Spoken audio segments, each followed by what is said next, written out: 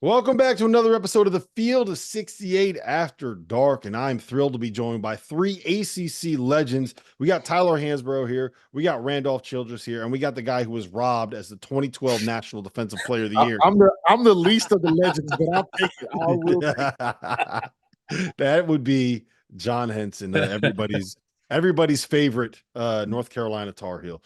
Gentlemen, we're going to be doing an ACC preview here, and heading into last week, the plan was we got to talk about Duke and Cooper Flagg. We got to talk about North Carolina and RJ Davis coming back. We got to let RC cook so we could talk about Wake Forest and Hunter Sallis and what they could end up doing. Louisville's got a new coach and all this money to spend. Clemson, Pitt, Georgia Tech, NC State.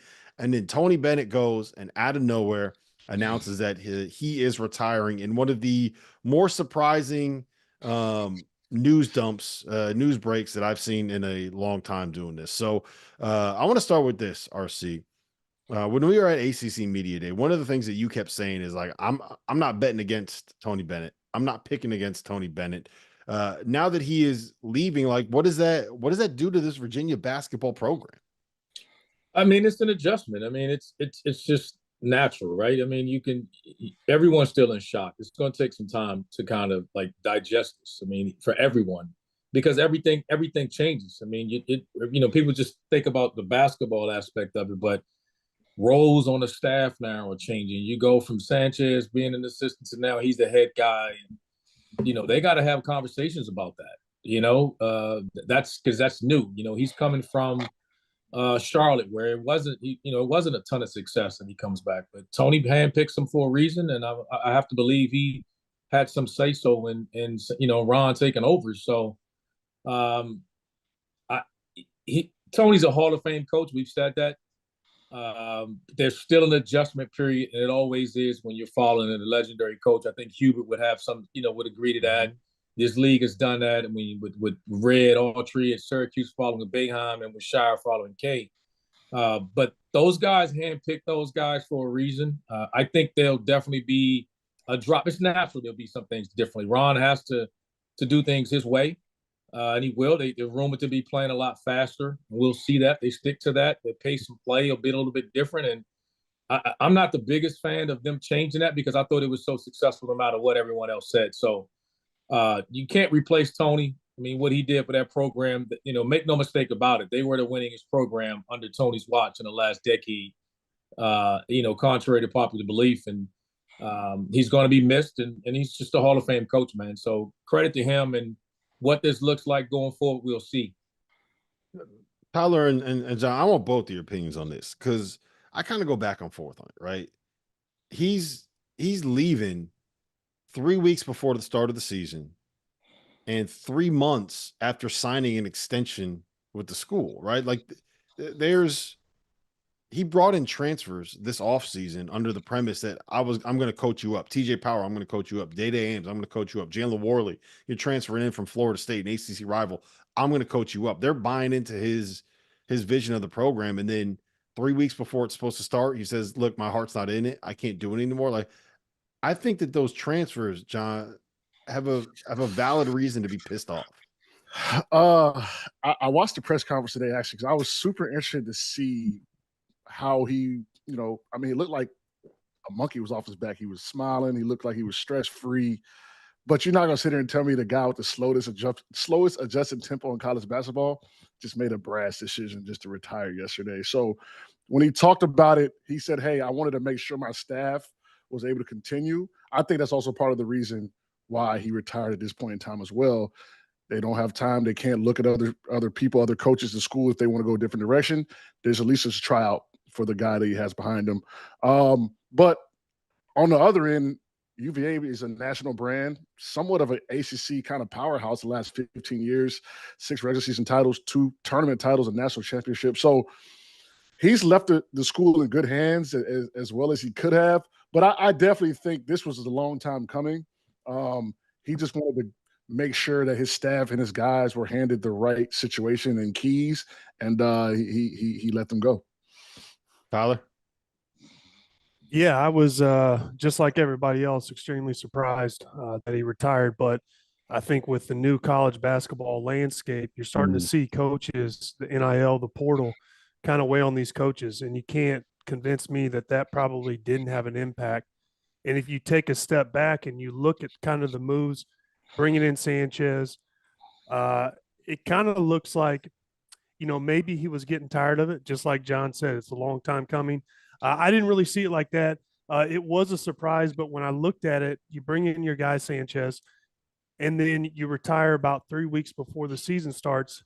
That kind of much guarantees he's going to be the head coach. It kind of gives him the reins. It doesn't really give Virginia time to look for an outside coach, which there probably wasn't a lot of hot names or, splash names out there. But, it looks like that could have been one of those situations where he got those transfers and put the program in a good situation for his staff. But you cannot take away for what Tony Bennett has done for UVA. He's been an unbelievable coach, brought them a national championship, and made them a powerhouse in college basketball for years. Regardless of how boring and slow the tempo is, he had a lot of success doing it. Regardless of how boring and slow it. Okay, I see what you're doing there, Tyler. I see what you're doing. Is Virginia going to be the team that you're picking on all year this year? It was Kentucky and Illinois last season. Have you figured out who your arch nemesis is in the 2024-25 college basketball season?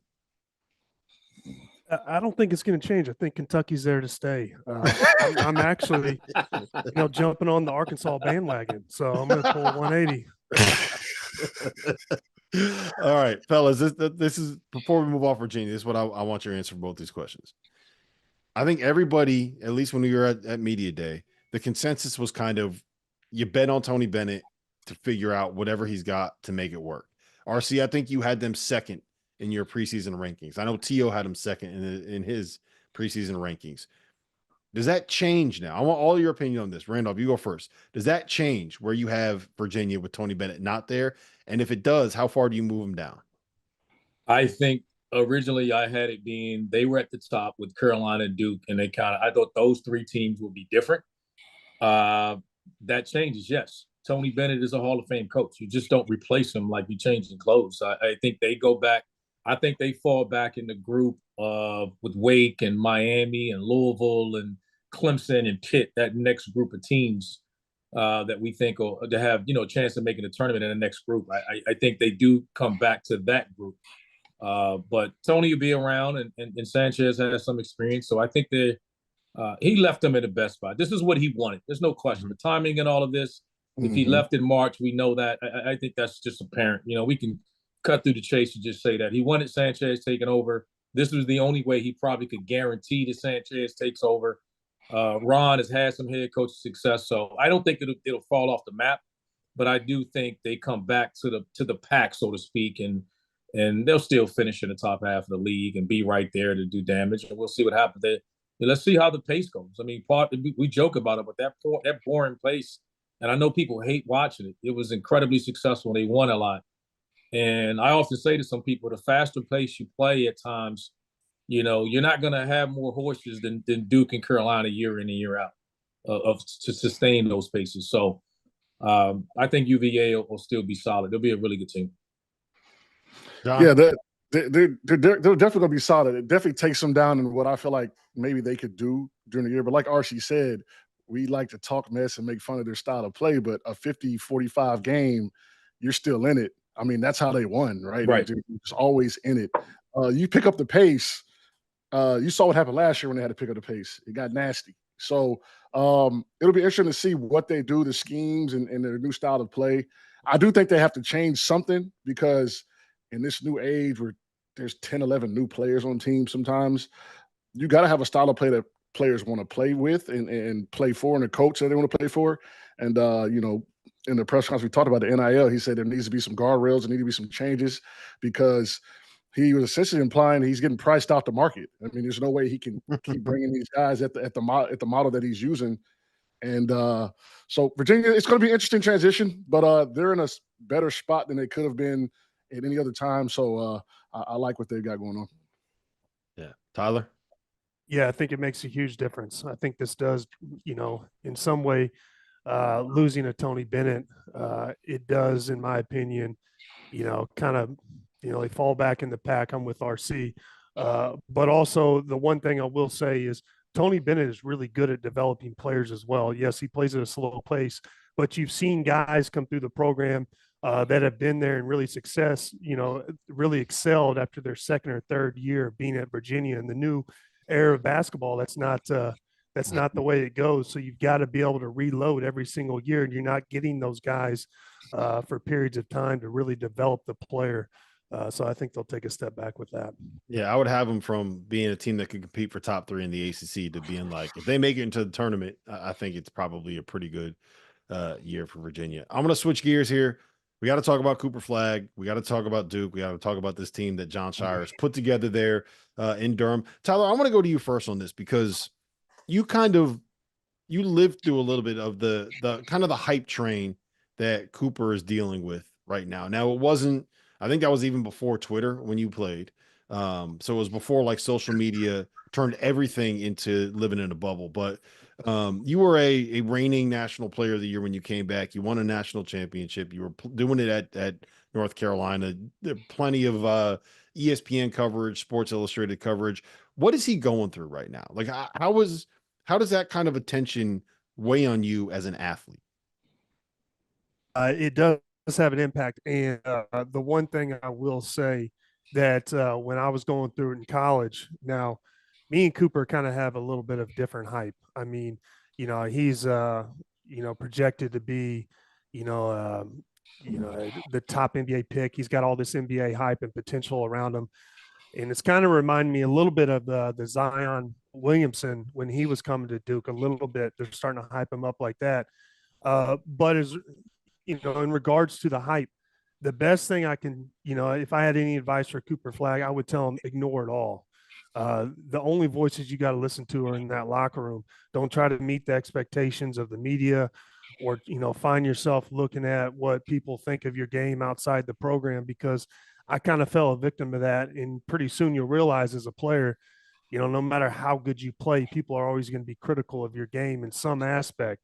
And you're trying to please the wrong people. So I would tell them basically stay in that locker room, keep doing your thing, be you, and don't try to prove people wrong. Randolph, how good is Duke going to be this year? Like, it's a 17-year-old at the end of the day, right? Like it's hard for us to even bet on freshmen. And now we're betting on a dude that is 17 years old to come in and kind of be a fulcrum of what Duke does this season.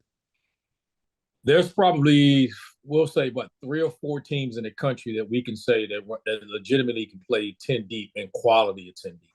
Like, you can take Duke's second string and they would be in the top half of the ACC. I think they're that talented.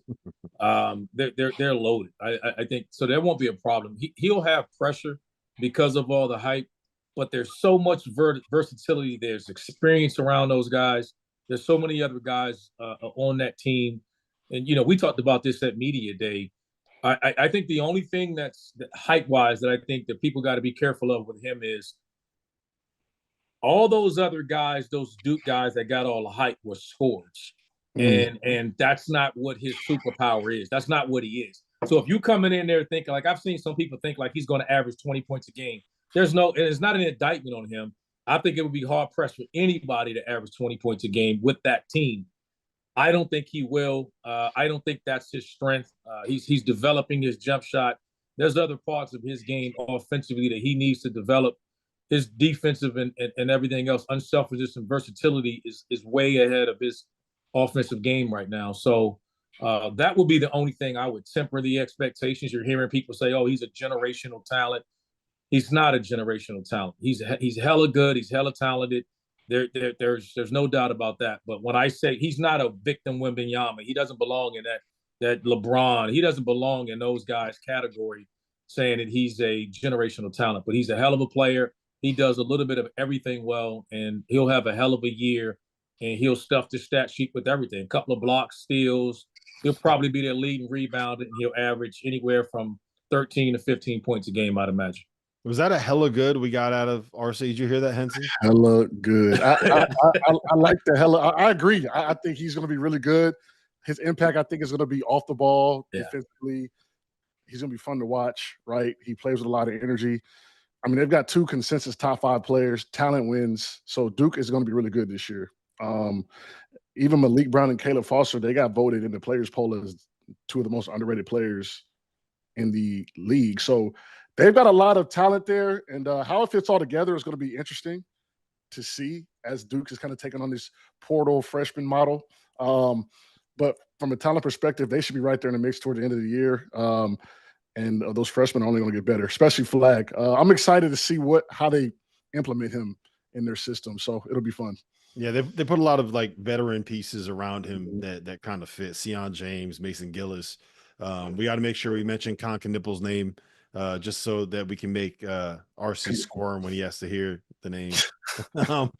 But here's my real question. He's really good too. He is really good. Here's my real question though. So we spent a lot of last season questioning whether or not Tyrese Proctor was good enough to be the point guard, good enough to be the guy. Like, I don't think Duke can reach their ceiling as a team if Tyrese Proctor doesn't reach his ceiling as a player. RC, can he get there?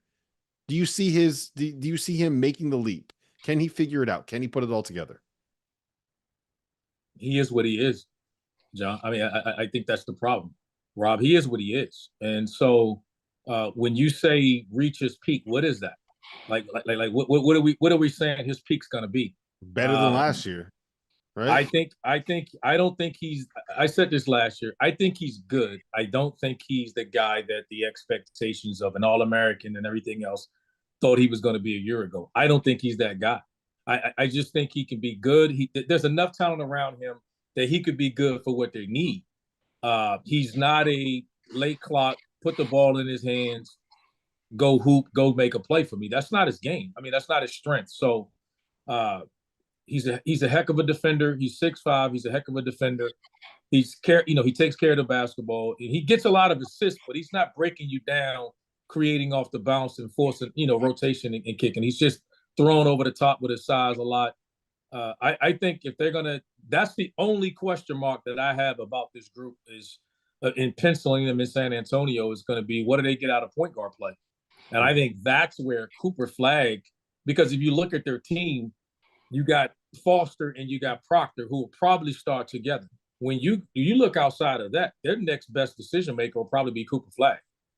It has to be – the ball will be in his hand and making plays and stuff. So that's the only thing where I think they're vulnerable. They got size, they got length, they got athleticism, they got shooting. They should have the most collection of individual defenders as anybody has. But if there's one thing I think they're vulnerable is that just being able to give the ball to someone, break you down, make plays.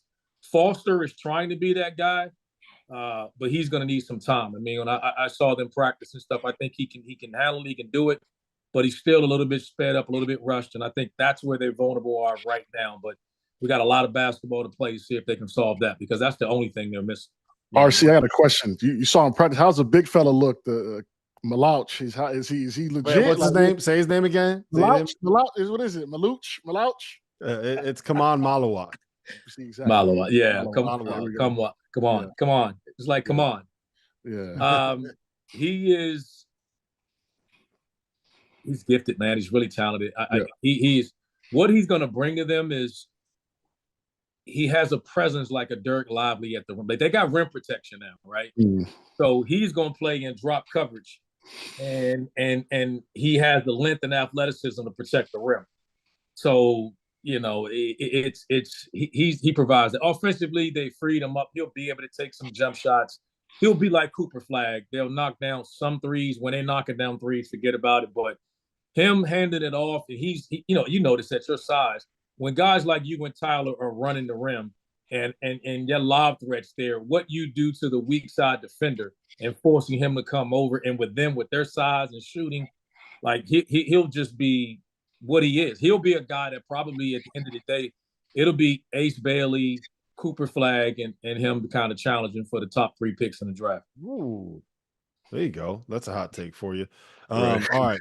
That's enough. I can tell these guys are squirming because I made them spend about 10 minutes saying nice things about Duke here. When we get back, we're going to have a little bit of an argument. RJ Davis, Hunter Sallis, who's better? We got 2 Carolina guys. We got a Wake Forest guy. We got to figure out, we got to get to the bottom of this conversation. That's coming up next. Hunter Sallis, 27, man. He better be good.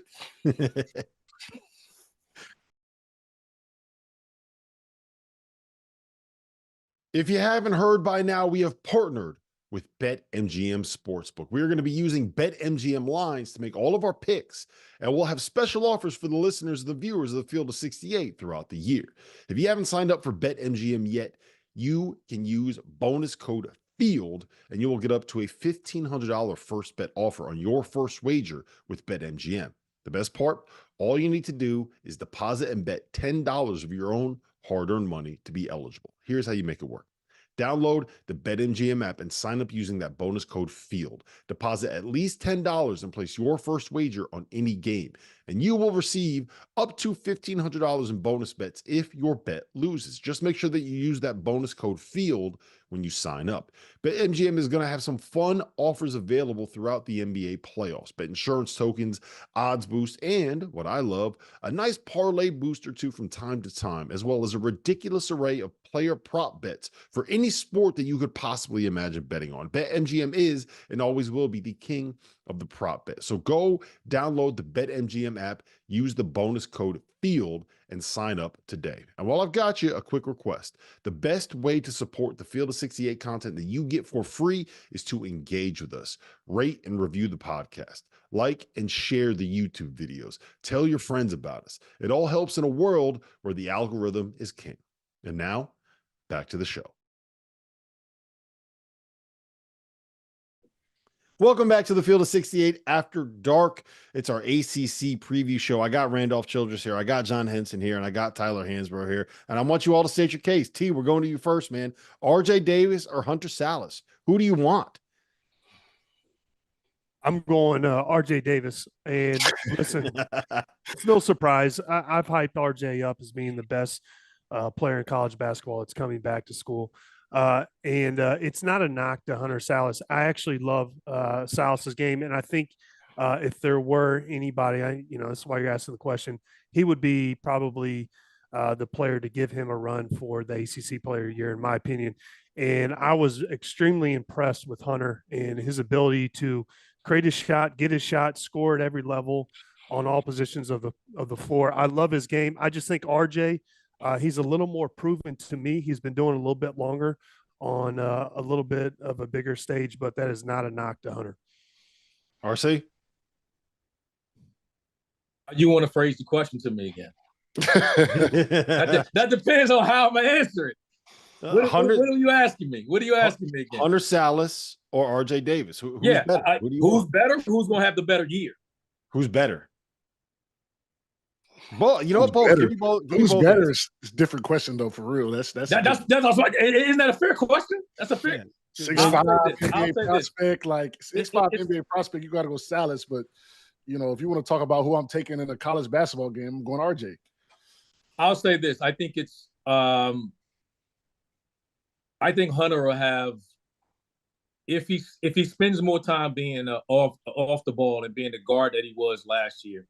He's trying to transition some at the point. I don't know if that's to the best for Wake or for him in that aspect, because I think he's an efficient bucket getter. Me talking about 48, 49% from the floor, 40 from three.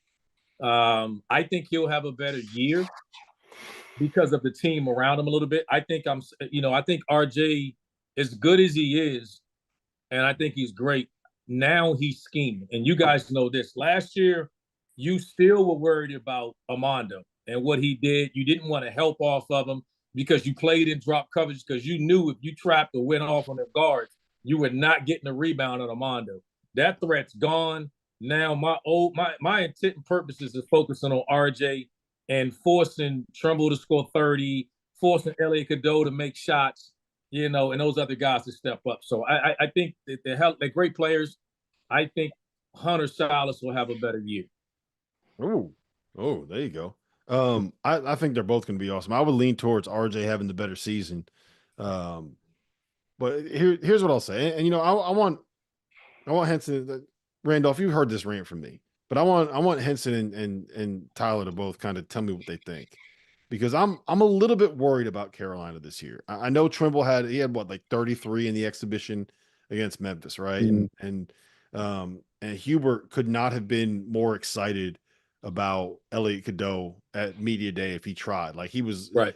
I think he said the direct quote was you will not recognize Elliot Cadeau when you see him play. But for me, what made Carolina so good last year was how good they were defensively, right? And I think when you lose maybe the best defensive rebounder in college basketball in Armando Bacot, right? You lose Harrison Ingram, who was kind of a do-it-all. I think he averaged like 9 rebounds a game. The kind of switchable defender. You lose a guy like Cormac Ryan, who did play some better defense than maybe I necessarily expected, right? I think you lose a lot of what made that team work in terms of ending possessions defensively. And I don't know where you get that from. Like you don't have the traditional big. I think Kate Tyson is more of a guy that's built to score, than he is a guy that's out there that's going to get like 9 rebounds a game, a couple steals, maybe a block here or there, right? And I'm worried about what if their best like their best 5 includes Seth Trimble, Elliot Cadeau, and RJ Davis. Like all of a sudden you're looking at a team that's pretty small out there. So I'm a little bit worried about Carolina in that regards. I don't think that they're going to be what they were defensively. And if they aren't what they were defensively, Henson, I don't know if they are going to be able to kind of reach what the expectation. They're a preseason top 10 team. Yeah. I mean, I was just trying to think back. I mean, even if you go before T Hands, you've had UNC traditionally you had Big May, you had T Hands, you had Big Z, 2 big guys. Yeah, like so these it's going to be interesting to see a Carolina team without a man in the middle that's commanding attention. In the expedition, the first couple plays of the game, they dumping it down to Dan Danger to kind of go at Jalen Washington. So that's never really happened for Carolina to go at the big. So it's going to be an interesting mix. I think offensively he brings a lot more versatility though. That's going to also help a little bit, but down low I think could be an issue this year. But guard wise, I think it's a wealth. They've got a bunch of guards. Seth Trimble obviously is putting that work in, and he's got something to say about PT. He went into the proto, came back. Elliott's looking better. I mean, you've got Jackson on the bench. I mean, it's a lot going on, but I think Carolina for the most part is going to be fine. They're going to have to figure out that rotation, and they're going to have to hold it down in the middle, man. They're just going to have to figure it out.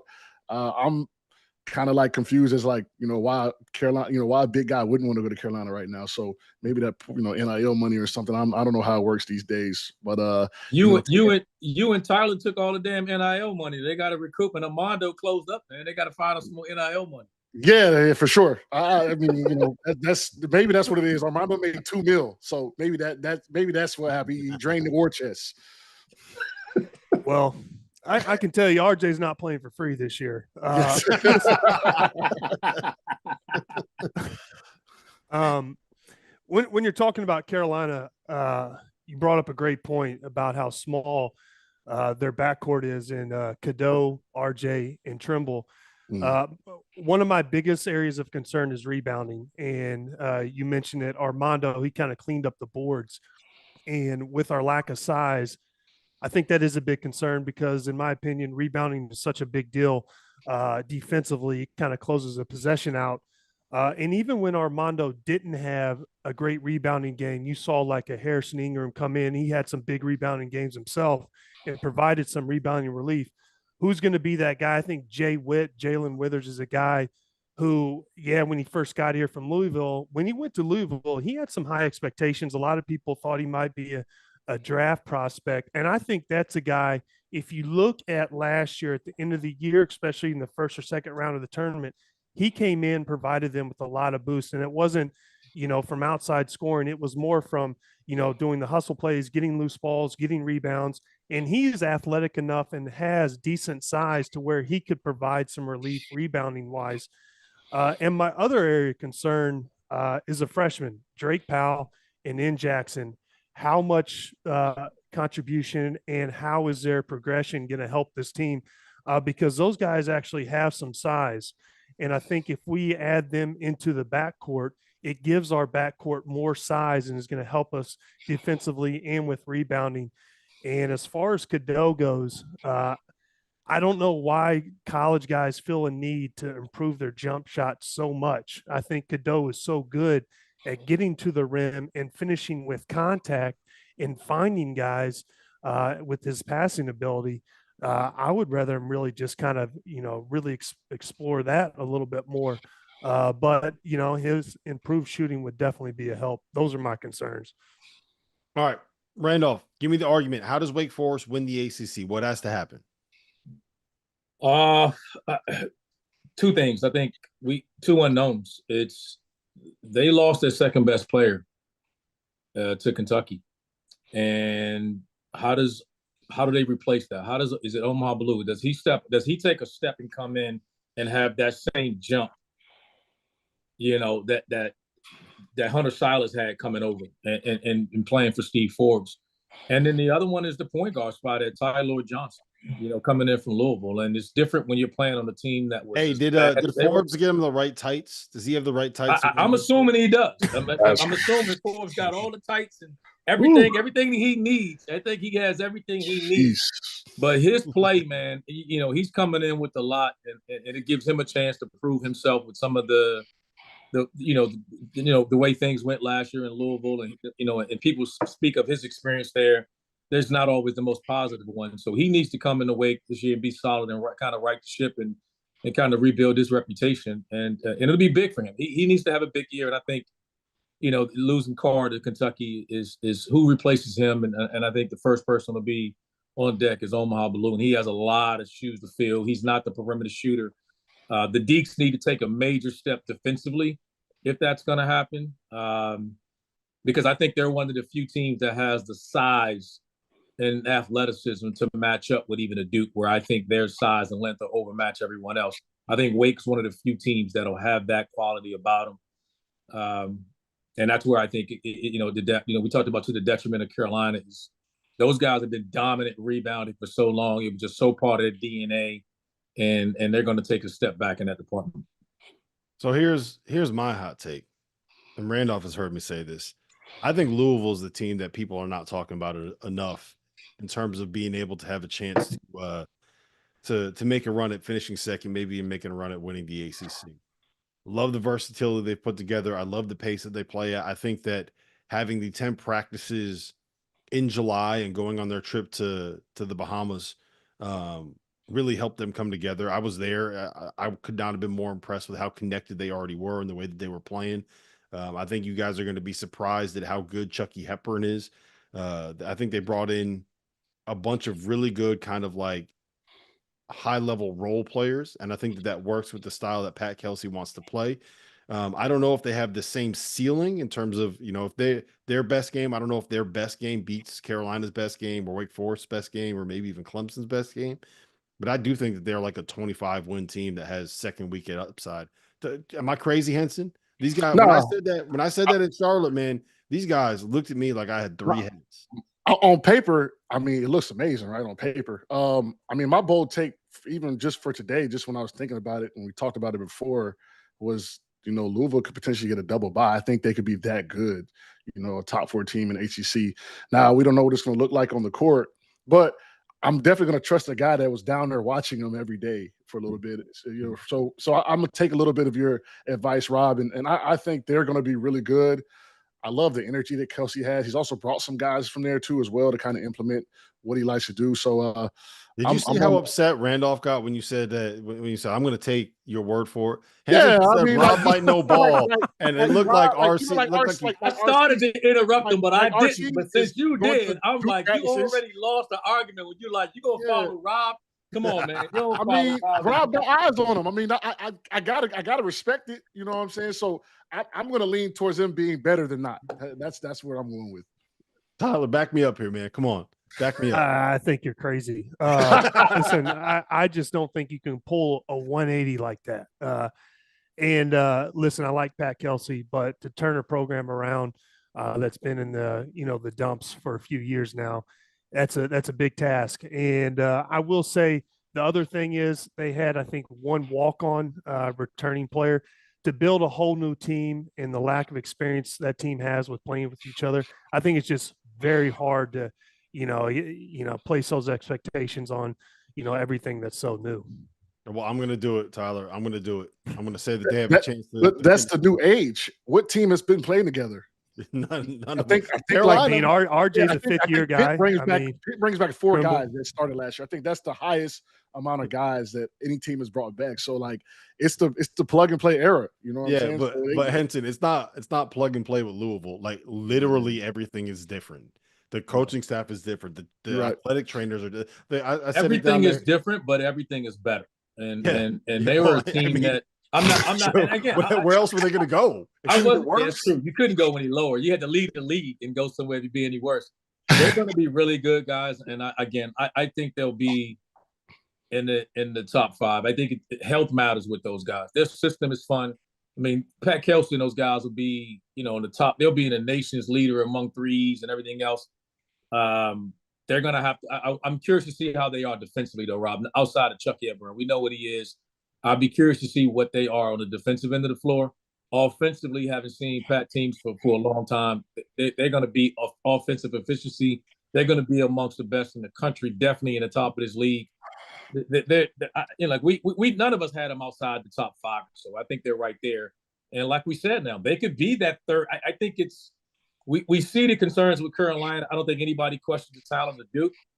I said they were in that next group with Wake and Louisville and Miami, I think, and Clemson and Pitt and of those and Notre Dame. That group of kids and Georgia Tech, that group right there will dictate. It'd be interesting to see how it all plays out from third to probably 8th or 9 teams. And I think that's how this league is better this year. It's deeper and it's better than it's been in a long time. Yeah, it's deeper. The bottom is better. And I do think that there's a real chance that you can get as many as 10 teams into the NCAA tournament from the ACC. Who are those 10 teams going to be? We'll talk about that on the other side of the break. If you haven't heard by now, we have partnered with BetMGM Sportsbook. We are going to be using BetMGM lines to make all of our picks, and we'll have special offers for the listeners, the viewers of the Field of 68 throughout the year. If you haven't signed up for BetMGM yet, you can use bonus code FIELD, and you will get up to a $1,500 first bet offer on your first wager with BetMGM. The best part, all you need to do is deposit and bet $10 of your own hard-earned money to be eligible. Here's how you make it work. Download the BetMGM app and sign up using that bonus code FIELD. Deposit at least $10 and place your first wager on any game, and you will receive up to $1,500 in bonus bets if your bet loses. Just make sure that you use that bonus code FIELD when you sign up. BetMGM is going to have some fun offers available throughout the NBA playoffs. Bet insurance tokens, odds boost, and what I love, a nice parlay boost or two from time to time, as well as a ridiculous array of player prop bets for any sport that you could possibly imagine betting on. BetMGM is and always will be the king of the prop bet. So go download the BetMGM app, use the bonus code FIELD, and sign up today. And while I've got you, a quick request. The best way to support the Field of 68 content that you get for free is to engage with us. Rate and review the podcast. Like and share the YouTube videos. Tell your friends about us. It all helps in a world where the algorithm is king. And now, back to the show. Welcome back to the ACC preview here on the Field of 68 After Dark. Tyler Hansbrough, Randolph Childress, John Henson, and somehow they let me on the show to talk about ACC basketball with this trio of legends. I said before the break, I thought as many as 10 teams can get into the NCAA tournament from the ACC.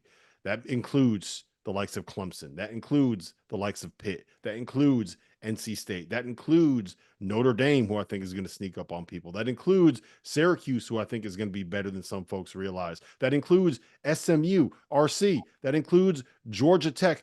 Out of that kind of next tier of teams, that next group of teams that we haven't talked about yet, who are you most intrigued by?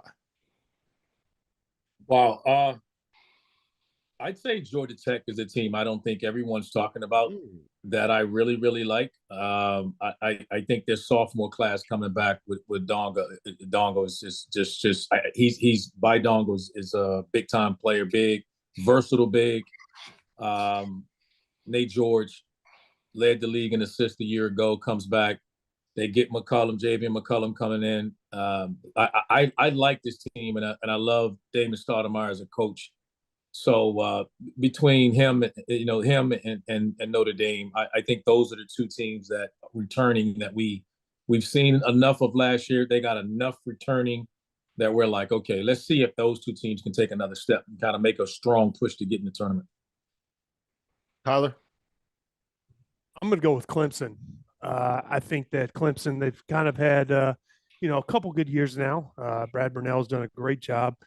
In Shefflin is a guy who I really like. He's a workhorse. He does That is all the the dirty least work. shocking thing in the history of basketball that you love Ian Shefflin. Hey, I love his game. I love his style too. And I will say I like the Victor Locken pickup they got from Cincinnati. Even though he's not a PJ Hall guy, he still has some of the same skill set. He's a good passer, has good hands, good footwork. I don't think he's as good of an outside shooter, but he has that ability. And also, I like Chase Hunter, a fifth-year guy, veteran player, kind of proven has gotten better every single year. So I'm going to roll with Clemson. So it's just that they finally got Victor Locken out of Clemson, so maybe now he's out of Cincinnati, so now he's going to be well coached. Is that what you're saying? That is not what I'm saying. Hey, I do like him. I like Clemson as well. They'll be right there. The only concern that you got to have if you're a Clemson Tiger is going to be 3-point shooting. Like where does that come from and how consistent will it be? But they'll be right there in the mix too. Like that group will be pretty strong. I really like Chase Hunter. I really good. like. He struggled for like the first 2 months of last season, but when he came on, John, like he can go. I think he's up there in the mix for. He's probably not as good in the same conversation as RJ Davis and Hunter Sallis, but like when it comes to the next best guard in the ACC, like I think you kind of got to go. He's at least in the mix, right, in the conversation there. Yeah, for sure. And I'm even looking at teams like Miami who kind of retooled. They've got Jalil Bethea, who's a 5-star lottery guy. They've got Lynn Kidd, fourth in Division I in field goal percentage. So they finally got some size with the guard play. Brandon Johnson's coming in, average 14 points. So I think Miami is a team that people are not really talking about that could get right back in the mix. Larinaga had a tough year. He wants to put that behind him. And even NC State, Middlebrooks and O'Connell, those guys, they said here's my thing. Here's my thing on Miami, Henson. Like, do they have winning basketball players? Right? Like Nigel Pack, he can score. Mm-hmm.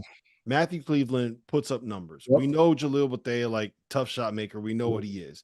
But like, are those guys? You put them all together. Can you win basketball games with that group of guys? Like, I'll tell you this. I'll add to that.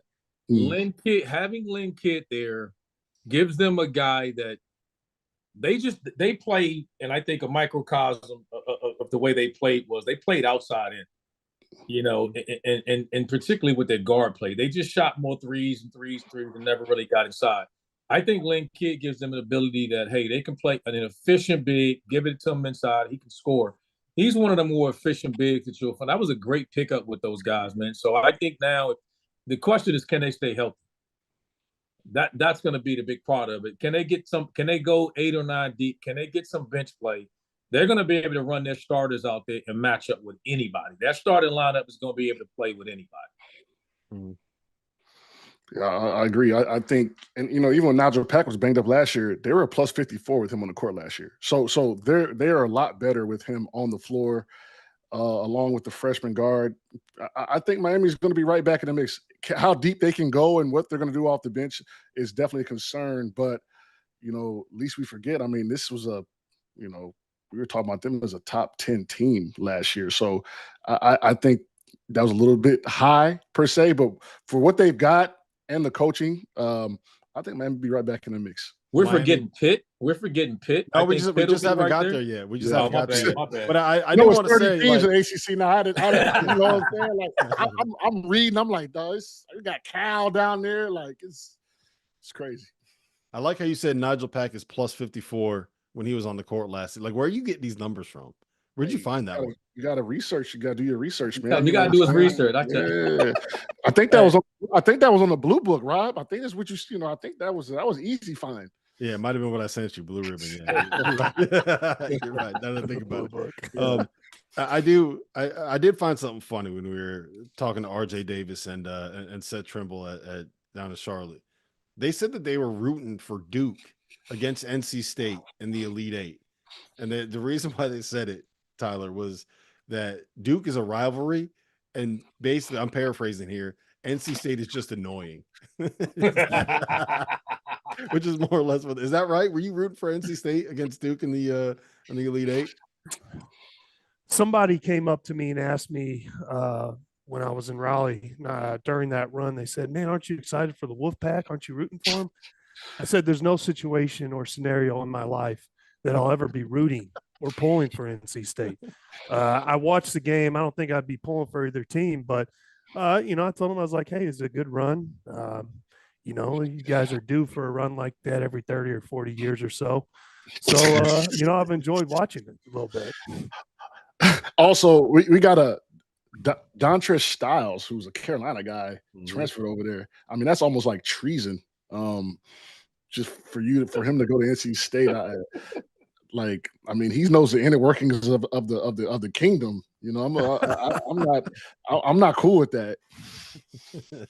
So let's talk NC State here, because I do think they have a chance to be pretty good. I think Michael O'Connell, RC, is a guy that doesn't put up huge numbers, but helps you win. If you look at kind of when they went on their run last year, it was when he was moved into the starting lineup. Jaden Taylor had the biggest chain I ever seen at ACC Media Day for a college basketball player. But to me, it comes down to like what are you going to get from those bigs, right? What's Ben Middlebrook's going to be, and what could Brandon Huntley Hatfield? That's a hard name to say. Brandon Huntley Hatfield. What's he going to be this season? I think Middlebrook will be a big surprise because he can score inside. He's a different guy. He can, you're going to get the ball screen motion with NC State. They're going to have those guys. They're going to play lineups like they did last year with Middlebrook and Brandon Huntley Hatfield to play together. And then it's when they go to their small ball lineup, playing those two guys playing behind each other. Huntfield will do a hell of a job catching it on the roll, in the short roll, and being able to kick it out to the corner for three or finish. Middlebrook will be a guy that can throw it inside. He's not as polished of a low post scorer as the big fella was a year ago, and that's being kind. When I called DJ Burns big, but he'll be effective. He'll be able to turn over either shoulder in a post. He plays really hard. He's got to stay out of foul trouble. I think they'll go as good as their guard play takes them. And for the first time in a long time, this NC State team just doesn't have a guard that's a bucket. Like last year, DJ Horn, shot clock gets slow. Before that, Jaquel Joyner, Tarquavian Smith. You can go back to even when Dennis Smith Jr. was there. They seem to always had a guard that they can give the ball to and kind of get out of the way.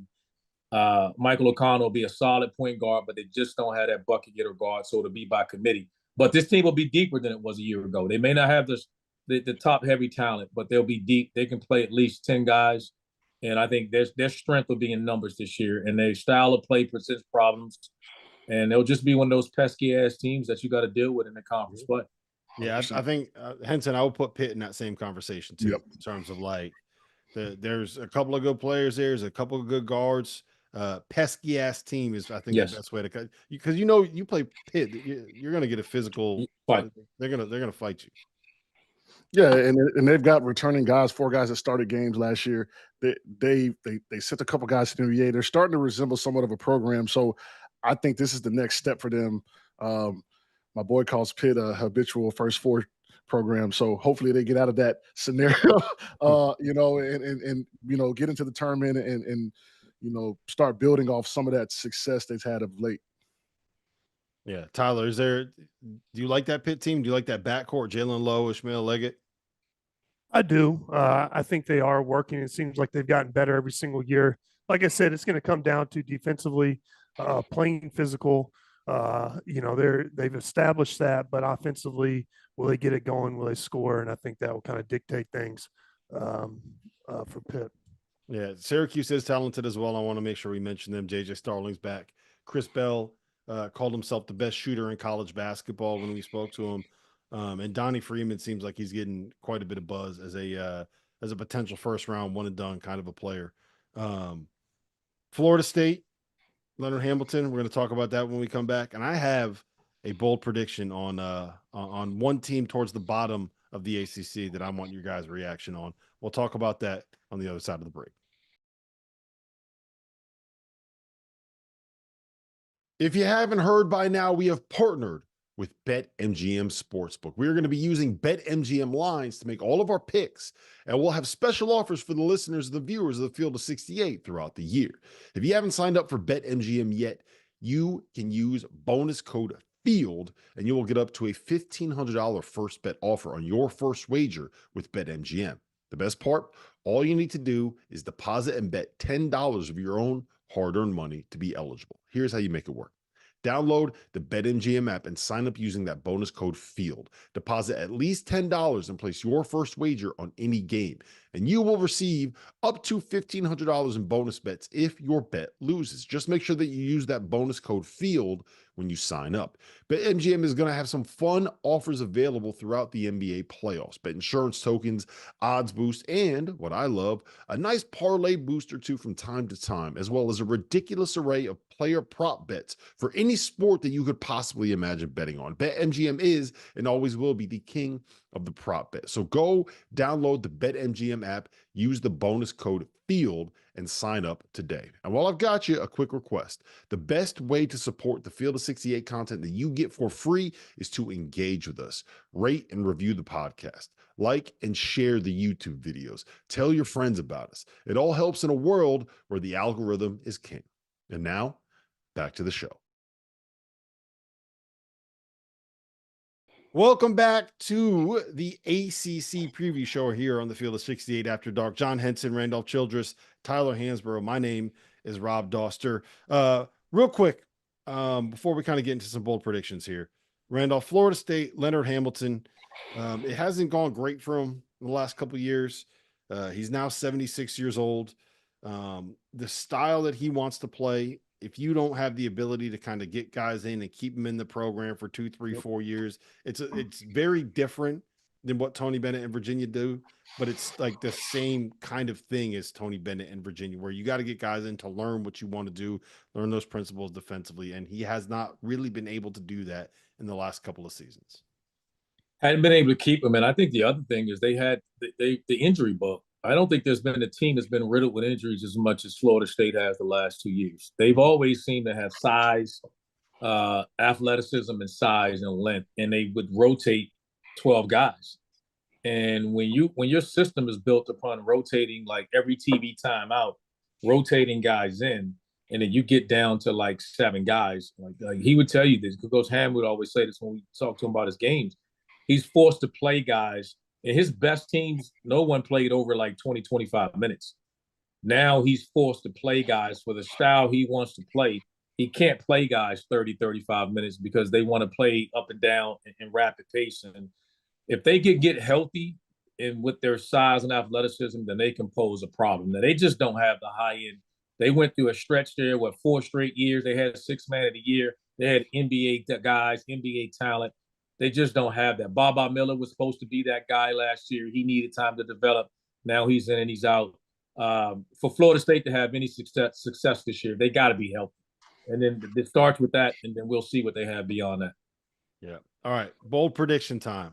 I told you I have a bold prediction I want your reaction on.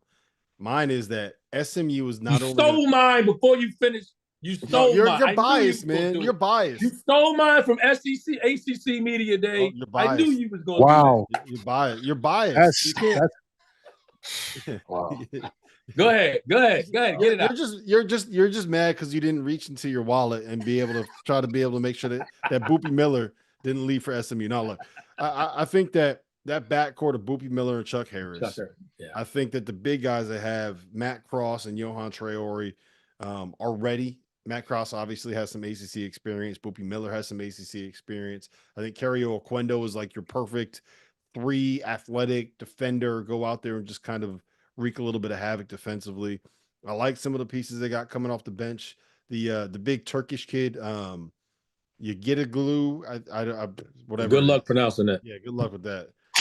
But I know that the staff really likes him. They got money to spend there, and obviously it's going to be difficult going to different time zones and traveling to whether you got to travel to get to some of those games at SMU. I think that they're a tournament team. I think they finish in the top half of the league, and I really like what Andy Enfield has put together there. I second it. I agree. I think they're going to be. I won't go as far as say the NCAA, but it wouldn't surprise me. They're going to surprise people because the rankings will have them in the bottom 5. I think they'll be nowhere near that. I think the SMU team will be in the top half of the league because they also got a style of play. They're an experienced team, and they got a style of play that's going to remind you. We talked about Florida State and some of those earlier the pandemic Florida State team with their pace. I got another one for you then, Henson. Notre Dame, Tyler. Notre Dame, dancing. Marcus Burton, dancing. Braden Shrewsbury, dancing. I think they're going to sneak up on people too because they can guard. They can guard. They've retained some guys. I mean, if 10 teams in the ACC getting in, I think Notre Dame makes the tournament. So, I don't know if that's a bold one, but I say you're not jumping out there. I mean, they got like an all ACC guard on their team. I mean, Yeah. Give me something bold then, Henson. I'm going Cal finish top half of the league. That's yeah. See, you know what I'm saying? Like they got 10 transfers, 11 new guys. They finished 6th in the Pac-12 when they were finished last, close to last year. They got Lee Dort from Vanderbilt. They've got Sissoko from Michigan State. I mean, they finished in the top 9. Come on now, I feel like they finished in the top 10. That's my bold prediction. And it's a bold one. You know what I mean? They got Stojakovic coming from Stanford. Mark Madsen's got some good energy around that program. They got a first-round draft pick last year. I think Cal is gonna make some noise in that travel schedule too. I mean, especially when teams are going out west, as you see with the football, it's definitely a good point. Yeah, it's definitely affecting the players for sure. That's actually a good point. Tyler, I didn't know the weed in Florida was that strong, man. I thought, hey, Tyler, I thought Cali was known for the weed. I didn't know I didn't know the weed. Now I'm rooting for Cal. Cal will top Memphis. I cannot wait. Oh my goodness, I can't wait. I might be at your door, RC. Like, let's have a chat. So. Yeah. Tyler, we said bold prediction, not baked predictions. What you got? I'm gonna send this to. I'm gonna send this to Cal. I'm gonna put it on their Twitter. I'm gonna tag him. Say, look, man, we're not saying to make the tournament. As you said, on the top half. What's the top half? You saying top what? We'll go top 10. Top 10. Okay. Yeah, okay, good luck. Yeah, he said bold. Rob's over here saying Notre Dame will make the tournament. They got the ACC Player of the Year candidate. I mean, come on, man. We got to do something a little different. No, you know what? I respect it. You're going all in on something. I respect it. Man. He said bold. He said bold. He didn't say guarantee. He said locks. Tyler, what you got? I'm going to pick Wake Forest to finish in the top. Be one of the top 3 teams in the ACC. I think Hunter Sallis, I really believe in him. I think he's a bucket getter. And also, they've been tiptoeing on getting to the NCAA tournament past few years. I think Steve Forbes is kind of, his coaching presence, and in some little more few years, I think his guys are ready. Efton Reed is another guy who's continued to improve, and I think he's going to surprise a lot of people, especially with his size. I have Wake Forest, bold prediction, top 3 team in the ACC and making a tournament run. Efton Reed, big fisherman, loves fishing, loves bass fishing. So I know that you're kind of guy there, Henson. He catches. I'm on the bass fishing kayak wave right now. Hey, he catches the big fish. They don't catch them little 4-inch. You catch them big fish. All right. Hey, look. Hey, don't worry. Hey, it's the fall. It's fall right now. They're feeding up. Wait till this wind stop blowing. I got something for y'all. All right. Let's end it with this, guys. Give me your prediction, not preseason player of the year. Who is going to be the player of the year in the ACC when it is all said and done in March? Tyler, you go first. RJ Davis. I think he has a torch. I think he'll have big scoring outputs. RJ. Next. I'm going to go just off the strength of need, and if we think Wake Forest is what they're going to be, Sallis is going to have to average 20 points a game. So I'm going to go Sallis. He almost cracked it last year, so I'm going to go Sallis this year. Voter fatigue. We'll call it voter fatigue, T-Hands. I think it's Hunter. I as good as, and I'm a big RJ Davis fan. I think it's hard to repeat, but I also think there's more uncertainty around RJ Davis than we've had before. I think teams are going to focus in on him and force those other guys to beat you. There's not an indictment on him. I think his numbers have struggled a little. I think his numbers have dipped a little bit because of that. And there's more help and more consistency around Hunter Sallis. And we talked about the Duke, and there's so many guys there. I think this is the year Hunter Sallis will get it. Steve Forbes lead guards put up numbers, and right there with Boopy and Alondas Williams, those guys put up player of the year numbers. Hunter Sallis did it last year. He'll do it again this year. And if Wake is what Tyler just said, and we all think they take a next step, and particularly now with Virginia coming back to the pack, I think everything is set up for the Deeks to have a monster year. And if they do, Hunter Sallis will be rewarded for that with the player of the year, ACC player of the year. Well, I feel like I'm going to go out on a limb here. I'm going to say it's Cooper Flagg when things are all said and done. I think he's going to have a year where he averages like 14, 10, couple assists, couple steals, couple blocks on a team that is clearly ends up being the best team in the ACC once we get to March. So there you have it, the ACC preview show here on the Field of 68 After Dark. We'll be back with more previews for every power conference in college basketball over the course of the next 2 weeks. For Tyler Hansbrough, for Randolph Childress, for Bold Prediction, John Henson. That's what we're going to call you from now on. Bold Prediction.